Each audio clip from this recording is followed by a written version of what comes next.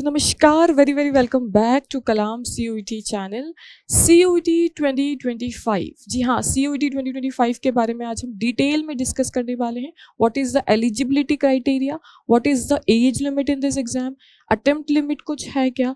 कई सारे बच्चों के मन में बहुत सारे क्वेश्चंस और बहुत सारे कन्फ्यूजन्स एंड डाउट्स चल रहे हैं फॉर CUET 2025 एग्जाम कि इस एग्जाम का पैटर्न कैसा होता है, इस एग्जाम का पैटर्न कैसा होता है, एलिजिबिलिटी क्राइटेरिया क्या होता है, कौन कौन दे सकता है, एग्जाम देने के बाद किन यूनिवर्सिटीज में हम एडमिशन ले सकते हैं।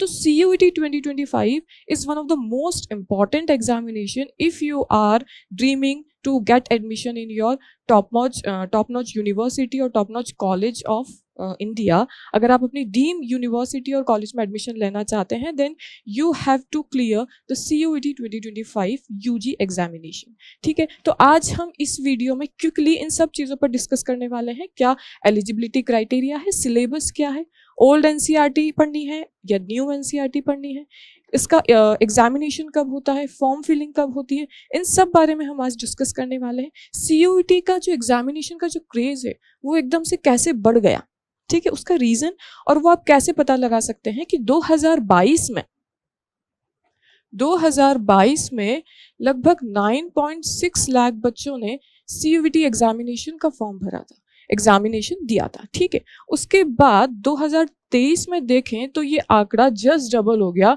It is about 19.3 lakh students जिन्होंने एग्जामिनेशन दिया, जस्ट डबल हो गया। ये क्रेज क्यों बढ़ा?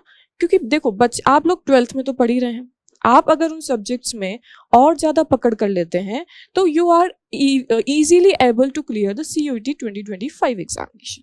इसीलिए और इसका सबसे इम्पॉर्टेंट चीज़ है कि आपको अभी से ही तैयारी शुरू करनी होगी। आप सोच रहे हैं कि एक महीना लास्ट में 12th बोर्ड के बाद एग्जाम दे दें और क्लियर हो जाएगा, ऐसा नहीं होगा। बिकॉज आपका इंग्लिश टेस्ट, लैंग्वेज टेस्ट होता है, GT होता है, GK टेस्ट होता है, तो आपको अभी से थोड़ा थोड़ा टाइम इसके लिए देना होगा टू बाद में एग्जाम प्रेशर ज़्यादा ना हो और इस तरीके से आपका एग्जाम इजीली क्लियर हो पाएगा। तो इसी के बारे में हम सबसे पहले बात करेंगे। सबसे पहले देखते हैं कि एग्जाम का थोड़ा सा ब्रीफ डिटेल कि कौन इसको कंडक्ट कराता है। तो CUET एग्जाम जो है NTA ही आपका कंडक्ट कराता है, NTA ही कंडक्ट कराता है, नेशनल टेस्टिंग एजेंसी जो आपका JEE और NEET एग्जामिनेशन कंडक्ट कराता है, NTA ही इसका करवाता है। मोड ऑफ एग्जामिनेशन कैसा रहेगा? जनरली ये कंप्यूटर बेस्ड टेस्ट होता है, लेकिन again depend on the registration numbers. अगर रजिस्ट्रेशन बहुत ज़्यादा है तो फिर आपके एडमिट कार्ड में ये डिटेल में आएगा कि आपका जो टेस्ट है उसका मोड CBT रहेगा या पेन एंड पेपर रहेगा। ठीक है, टाइप ऑफ क्वेश्चंस कैसा होता है? 12th बोर्ड में आपको क्वेश्चन दिया जाता है और आंसर आपको लिखना होता है। यहाँ पर जो एग्जामिनेशन होगा उसमें आपका multiple choice MCQ type question रहेंगे। ठीक है, मार्किंग कैसी रहेगी? तो यहाँ पर प्रत्येक फर्स्ट राइट क्वेश्चन के लिए आपको +5 मिलेगा और अगर वो क्वेश्चन आपका गलत हो जाता है तो नेगेटिव मार्किंग है ऑफ -1 मार्क। क्लियर? उसके बाद मार्किंग स्कीम दैट इज +5 जो मैंने आपको बताया, एंड नेगेटिव के लिए अगर आपने कोई क्वेश्चन गलत किया तो इनकरेक्ट क्वेश्चन के आंसर के लिए आपको -1 कर दिया जाएगा। ठीक है, उसके बाद अगर हम इवेंट्स पर आए कि फॉर्म कब भरा जाता है, देखो 2025 का ऑफिशियल नोटिफिकेशन अभी नहीं आया है, लेकिन टेंटेटिव डेट्स हम मान के चल रहे हैं क्योंकि हर साल इसी टाइम पर आता है। तो CUET का एप्लीकेशन फॉर्म जो है वो रिलीज होने के चांसेस होते हैं सेकेंड वीक ऑफ फेब 2025 और लास्ट डेट लगभग 1 से सवा महीना आपको मिलता है फॉर्म भरने के लिए। तो लास्ट इसका जो डेट होता है that is first week of April तक आप फॉर्म भर सकते हैं। फॉर्म फिलिंग कैसे करना है, उसमें कोई गलती ना रह जाए, अगेन उस वक्त आपको पूरा गाइड किया जाएगा, पूरी कलाम CUET की टीम आपको गाइड करेगी। CUET एग्जाम 2025 जो है, ठीक है, एग्जाम होगा कब? तो generally 2nd to 3rd week में ये एग्जाम कंडक्ट होता है। ठीक है, उसके बाद CUET का रिजल्ट कब आता है? सब सही रहता है तो जून लास्ट वीक तक आपका रिजल्ट आ जाता है, आपकी लिस्ट आना शुरू हो जाती है, फर्स्ट लिस्ट, सेकेंड लिस्ट। ठीक है, उसके बाद हम अगर बात करें इसकी एलिजिबिलिटी क्राइटेरिया की कि कौन कौन एग्जाम दे सकता है, तो हम सबको ये पता है कि 12th में जो अपीयर कर रहे हैं और जो 12th पास कर चुके हैं they are eligible to give CUET 2025 exam. Clear? ठीक है, अच्छा कोई एज लिमिट होती है क्या? नहीं, इसमें कोई एज लिमिट नहीं होती है। क्या आपको सिर्फ आपका +2 जो एग्जामिनेशन है, चाहे वो किसी भी बोर्ड से हो, सीबीएसई, आरबीसी, आपका स्टेट पीएससी, स्टेट बोर्ड से हो, किसी भी बोर्ड से हो, आप 12th बोर्ड में या तो अपीयर होने चाहिए या क्लियर होना चाहिए, आप then you are eligible to give CUET UG examination. कोई एज लिमिट नहीं होती है, कोई अटेम्प्ट लिमिट भी नहीं होती है। अभी तक ऐसा कोई क्राइटेरिया नहीं आया है कि आपको इतने नंबर ऑफ अटेम्प्ट्स मिलेंगे इस एग्जाम के लिए, कोई अटेम्प्ट लिमिट नहीं है, ठीक है। सब्जेक्ट्स क्या होंगे? जनरली आपकी 12th बोर्ड्स में जो एग्जामिनेशंस डोमेन सब्जेक्ट्स जो हैं, और जिन सब्जेक्ट्स को आप आगे कोर्सेज करना चाहते हैं, जिस प्रोग्राम में एनरोल होना चाहते हैं, वही सब्जेक्ट्स आपको उसी सब्जेक्ट में आपका टेस्ट होगा, ठीक है। इंडियन सिटीजन्स इस एग्जाम को दे सकते हैं, इंडियन सिटीजन्स, ओके। तो अब देखो बात करते हैं एग्जाम पैटर्न की, which is very very important. बच्चों को पता ही नहीं है कि एग्जाम का पैटर्न क्या है, ठीक है। बच्चों को लगता है कि सिर्फ पीसीएम आ जाएगा या ह्यूमैनिटीज में पॉल साइंस, ज्योग्राफी, ये सब आ जाएगा। देखो जो सीयूईटी एग्जाम है, वो पूरा एग्जाम आपका 3 सेक्शंस में होता है। पहला सेक्शन आपका लैंग्वेज होता है, दूसरा डोमेन सब्जेक्ट। डोमेन सब्जेक्ट मतलब जो आपके 12th में जो सब्जेक्ट्स हैं और जो आप आगे एनरोल करना चाहते हैं जिस प्रोग्राम के लिए, वो वाले सब्जेक्ट्स। और तीसरा होता है आपका GT, that is general test, ठीक है। इसके बारे में डिटेल में एक एक करके बात करते हैं। तो आपका पहला जो होता है that is language section. Section 1 is your language section. उसमें 2 सब सेक्शंस है। सेक्शन 1A जिसमें 13 लैंग्वेजेस होती हैं। ये 13 लैंग्वेजेस कौन सी है? आपकी रीजनल लैंग्वेज, जो ऑफिशियल लैंग्वेजेस इंडिया, इसमें आपका इंग्लिश, हिंदी, ये सब आ गया, ठीक है। उसके बाद सेक्शन 1B, सेक्शन 1B में आपका 20 लैंग्वेजेस होती हैं। जनरली इस 20 लैंग्वेज वाले सेक्शन में आपकी फॉरेन लैंग्वेजेस होती हैं। मान लो किसी बच्चे को बीएससी इन फ्रेंच करना है, डीयू में एडमिशन लेना है, तो फिर वो फ्रेंच इस वाले सेक्शन में से लैंग्वेज लेगा, ठीक है। तो आपको एक लैंग्वेज लेना अनिवार्य होती है। एक लैंग्वेज आपको किसी भी कोर्स में एनरोल करना है तो एक लैंग्वेज आपको लेनी है। आप 2 भी ले सकते हैं, बट एक तो लेनी है, ठीक है। नंबर ऑफ क्वेश्चंस कितने आते हैं? तो 50 क्वेश्चंस आते हैं, जिसमें से आपको 40 क्वेश्चंस आपको अटेम्प्ट करने होते हैं, 40 क्वेश्चंस, और उसके लिए आपको टाइम दिया जाता है 45 मिनट्स का, ठीक है।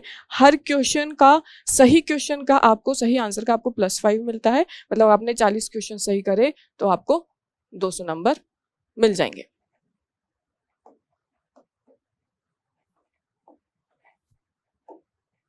ठीक है, तो मतलब अगर आपने 40 क्वेश्चन सही करे तो आपके 200 मार्क्स आपके काउंट हो जाएंगे। 45 मिनट्स का आपको समय मिलेगा दोनों लैंग्वेज में। अगर आपने 2 लैंग्वेज दी है तो नंबर ऑफ क्वेश्चंस डबल हो जाएंगे, ड्यूरेशन भी आपका डबल हो जाएगा। उसके बाद अगर हम चलते हैं domain subject, that is section 2 पर। सेक्शन 2 पर अगर हम चलते हैं, डोमेन स्पेसिफिक सब्जेक्ट्स, इसमें टोटल आपके 29 सब्जेक्ट्स होते हैं। 29 सब्जेक्ट्स होते हैं। डोमेन मतलब जो आपका 12th में आपका स्पेसिफिक सब्जेक्ट रहा है, जिसमें आपकी एक्सपर्टीज है। साइंस वाले हैं तो उसमें पीसीएम रहेगा, कॉमर्स में आपका बिजनेस स्टडीज, इकोनॉमिक्स, अकाउंटेंसी रहेगी, ह्यूमैनिटीज में पोल साइंस, ज्योग्राफी, ये सब रहेगा। अब इन 29 सब्जेक्ट्स में अगेन सेकेंड सेक्शन में भी आपको टाइम, जो आपके क्वेश्चन जो होंगे वो 50 क्वेश्चन ही होंगे टोटल, और उसमें से आपको 40 क्वेश्चंस करने होंगे, ठीक है। उसके बाद समय आपको 45 मिनट्स का मिलेगा। यहाँ पर एक ट्विस्ट ये है कि कुल 6 सब्जेक्ट ऐसे हैं। कौन कौन से? That is accountancy, chemistry, computer science, eco, mathematics and physics. क्योंकि ये 6 सब्जेक्ट्स, इनमें थोड़ा कैलकुलेशन ज़्यादा होता है, थोड़ा लेंदी होते हैं, थोड़ी मेहनत ज़्यादा लगती है, तो इसके लिए क्वेश्चन, नंबर ऑफ क्वेश्चंस तो सेम है, आपको 50 क्वेश्चंस ही आएंगे, लेकिन आपका समय बढ़ाकर 60 मिनट्स, 1 आवर कर दिया गया है, 60 मिनट्स कर दिया गया है, ठीक है, सिर्फ इन क्वेश्चंस। बाकी जो 23 सब्जेक्ट्स हैं उसमें आपको 45 मिनट्स ही मिलेंगे। Section 3 last, that is GT मतलब जनरल टेस्ट। जनरल टेस्ट जो है दैट इज वेरी इंपॉर्टेंट। कई बार बच्चे जो ऑप्शन लेते हैं तो उसमें ऐसा ले लेते हैं, 2 लैंग्वेज ले लेते हैं +1 डोमेन ले लेते हैं, 3 डोमेन ले लेते हैं। मैक्सिमम सब्जेक्ट्स जो हैं आप कितने ले सकते हैं? 6 सब्जेक्ट्स ले सकते हैं। लेकिन अगर आप ज़्यादा सब्जेक्ट्स लेंगे तो वो आप अपना काम बढ़ा रहे हैं, तो आपको सिर्फ अपना क्राइटेरिया फुलफिल करना है कि मान लीजिए आपको डीयू में एडमिशन लेना है, या आपको बीएचयू में लेना है, ठीक है। अब देखो आपको कैसे करना है। एक तो आपको फॉर्मेट बनाना है कि आपका जो बेस्ट ऑप्शन क्या हो, कि आपने एक लैंग्वेज ले लिया, 3 डोमेन ले लिए, एक जीटी ले लिया। ये जो आपका कॉन्सेप्ट है, that is 1 language plus 3 domain plus 1 GT. ये जो आपका सेट है, this is the most prominent set जिसमें आपको नंबर ऑफ प्रोग्राम्स के लिए आप अप्लाई कर सकते हो। मान लो आपका बीएससी, आपने बीएससी के लिए डीयू में अप्लाई किया, उसमें आपका क्लियर नहीं हुआ तो आप बीएससी ऑनर्स में ले सकते हो। उसके बाद फिर आप बीबीए ले सकते हो। अगर आपको बीबीए लेना है तो बीबीए के लिए डीयू का जो क्राइटेरिया है वो है कि बच्चे को जीटी एग्जाम तो क्लियर करना होगा। ठीक है, तो आपको सिर्फ ये सेट बनाना है, लेकिन उसके साथ साथ आपको जिस यूनिवर्सिटी में आपको एडमिशन लेना है, मान लो आपको डीयू में लेना है, बीएचयू में लेना है, या अलीगढ़ मुस्लिम में लेना है आपको, या सेंट्रल यूनिवर्सिटी में लेना है, आपको उन वेबसाइट्स पर भी जाना पड़ेगा इन यूनिवर्सिटीज की, टू चेक द क्राइटेरिया कि इसका क्राइटेरिया क्या है। जैसे डीयू बोलता है कि हमारे लिए एटलीस्ट 60% बच्चे के पास होना चाहिए। बीएचयू बोलता है कि नहीं नहीं, हम तो 50% वाले को भी एडमिशन के लिए ले सकते हैं। तो आपको ऐसा सेट करना पड़ेगा, आपको अपने माइंड में सेट करना पड़ेगा कि इन कॉलेजेस या यूनिवर्सिटीज में मुझे एडमिशन लेना है। उसके बाद क्या ऐसा बेस्ट सेट हो जो इन सब में अप्लाई हो सके। क्लियर? तो मेरा ये सजेशन है कि ये जो सेट है ये आपका बेस्ट सेट रहेगा, जिसमें आप एक लैंग्वेज ले लें, 3 डोमेन सब्जेक्ट, आपका पीसीएम है तो आप पीसीएम ले लें। ठीक है, आप बायो ले सकते हैं उसमें, अगर आपको केमिस्ट्री नहीं लेनी तो आप कंप्यूटर साइंस ले सकते हैं। उस तरह का 3 डोमेन ले लिए और एक 1 जीटी ले लिया। अब जीटी मतलब जनरल टेस्ट में आपका क्या आता है, तो अगेन ये आपका एप्टीट्यूड टेस्ट होता है। This is your aptitude test, this is your aptitude test. इसमें आपका क्वांट,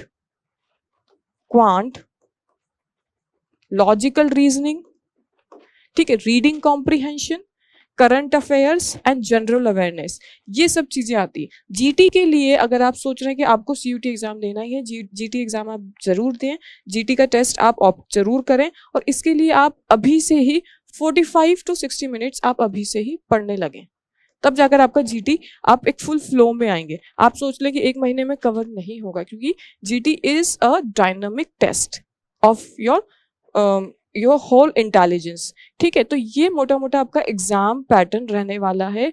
तो इसमें आपको एक तो सेट आपका आइडेंटिफाई करना है, और आपको जिन कॉलेजेस में एडमिशन लेना है उसकी वेबसाइट पर वो क्राइटेरिया देखना है। ठीक है, उसके बाद ही आप एक प्रॉपर सेट बना पाएंगे। ठीक है, तो ये आपका थोड़ा थोड़ा मोटा मोटा जो डिटेल में मैंने आपको डिस्कस किया। अब उसके बाद एक क्वेश्चन ये आ जाता है कि सिलेबस क्या होना चाहिए। तो देखो सिलेबस क्या है, सिलेबस एनटीए ने अपनी वेबसाइट पर दिया हुआ है। क्वेश्चन ये है कि ओल्ड एनसीईआरटी पढ़ी जाए या न्यू एनसीईआरटी पढ़ी जाए। तो देखो एनटीए ने ओल्ड एनसीईआरटी, एनटीए जो एग्जाम कंडक्ट करवा रहा है वो करवा रहा है कि सारे 12th के बच्चे दे सकते हैं। अब 12th में आपका सीबीएसई भी आ गया, आपकी स्टेट बोर्ड्स भी आ गए, ओपन यूनिवर्सिटीज भी आ गई, और हर यूनिवर्सिटी का सिलेबस थोड़ा सा वेरी करता है। ठीक है, तो आपका जो एनटीए है उसने पूरा एक सिलेबस का लिस्ट दिया है, और वो जो लिस्ट दिया है, मान लो पॉल साइंस हो गया या फिजिक्स केमिस्ट्री हो गया, तो इसमें वो जो लिस्ट दिया है वो ओल्ड एनसीईआरटी से पूरा मैच कर रहा है, जबकि न्यू एनसीईआरटी में कुछ सेक्शंस हटा दिए गए हैं। तो I recommend you to please refer old NCERTs to have a holistic dynamic और होलिस्टिक नॉलेज और holistic preparation for CUET exam. ठीक है, तो अगेन आपका जो लैंग्वेज टेस्ट होगा वो ऐसा नहीं है कि जो इंग्लिश में 12th में आपका जो इंग्लिश आया है वो लैंग्वेज टेस्ट, मतलब आपका कॉम्प्रीहेंशन, आपके पैसेज बेस्ड क्वेश्चंस आएंगे जिसमें आपको कॉम्प्रीहेंशन का टेस्ट होगा। आपकी लिटरेरी एप्टीट्यूड टेस्ट किया जाएगा कि नरेशंस क्या हैं, पैसिव वॉइसेस क्या हैं जैसे इंग्लिश में, और फिर उसके बाद आपका जो वोकैबुलरी है वो टेस्ट किया जाएगा। जैसे डीयू है तो डीयू मांगता है कि नहीं, अगर हमारे कॉलेज में आप एडमिशन ले रहे हैं तो आपको इंग्लिश लैंग्वेज का तो क्राइटेरिया फुलफिल करना ही चाहिए, करना ही पड़ेगा। ठीक है, तो उसमें आपका वो लैंग्वेज हो जाता है। डोमेन में आपका पूरा एनटीए ने पूरा सिलेबस दिया हुआ है।